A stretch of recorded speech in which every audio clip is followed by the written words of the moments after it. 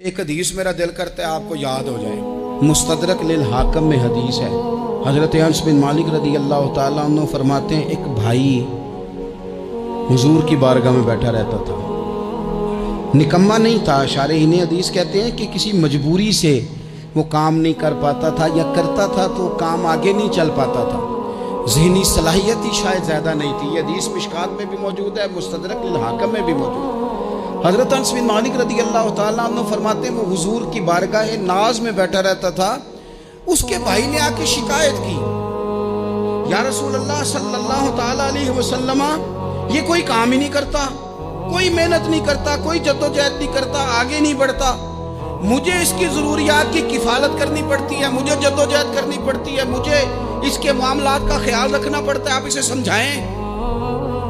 حضور نے بہت سارے لوگوں کو سمجھایا جو کام نہیں کرتے تھے۔ ہمیں سیاستہ میں وہ حدیث بھی ملتی ہے جس بندے کو نبی پاک صلی اللہ علیہ وسلم نے کہا تھا کہ تیرے پاس جو بھی گھر میں ہے لا، تو وہ پیالہ اور کمبل لائے تھے، حضور نے بیچ کے کہا تھا جا کلاڑا خرید کے لا اور لکڑیاں کاٹ کے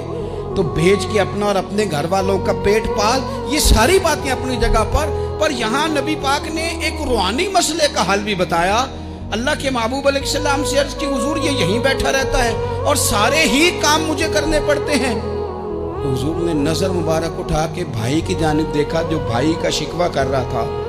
تو قریب محبوب فرمانے لگے ہو سکتا ہے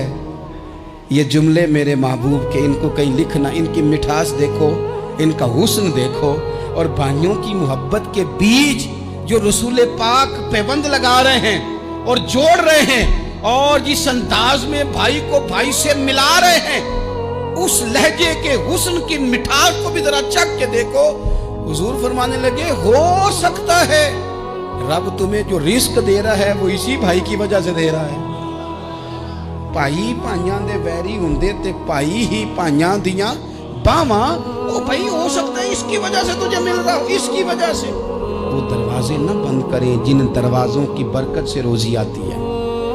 کبھی بھی وہ کام نہ کریں جن کاموں کی اگر آپ کو کل تک برکت تھی، کل تک کام ٹھیک چل رہا تھا، کل تک نظام بہتر تھا، اور آج آپ کو محسوس ہوتا ہے کہ کہیں کمزوری آ گئی ہے، کہیں حالات اس طرح کے نہیں رہے، تو پھر آپ غور کریں کہ ایسا تو نہیں کسی غریب کا آپ کے گھر سے رزق جاتا تھا اور آپ نے بند کر دیا، کسی کی مدد ہوتی تھی آپ نے بند کر دی، کسی کے ساتھ شفقت ہوتی تھی آپ نے بند کر دی،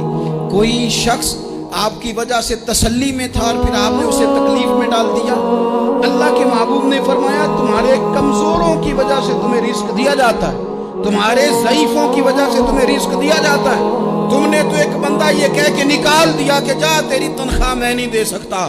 لیکن کیا پتا کہ اس کی تنخواہ کی وجہ سے ہی باقی سارا کچھ بھی آتا ہو، کیا پتا کہ اسی کے سبب سے اللہ انعام فرماتا ہو۔ لہذا ان روحانی مسائل کا بھی تھوڑا سا خیال کریں۔